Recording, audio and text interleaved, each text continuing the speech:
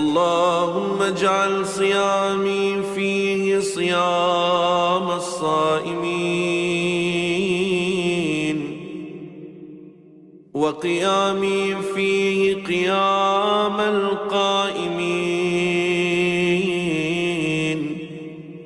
ونبهني فيه عن نومة الغافلين، وهب لي جرمي فيه يا إله العالمين، واعف عني يا عافيا عن المجرمين.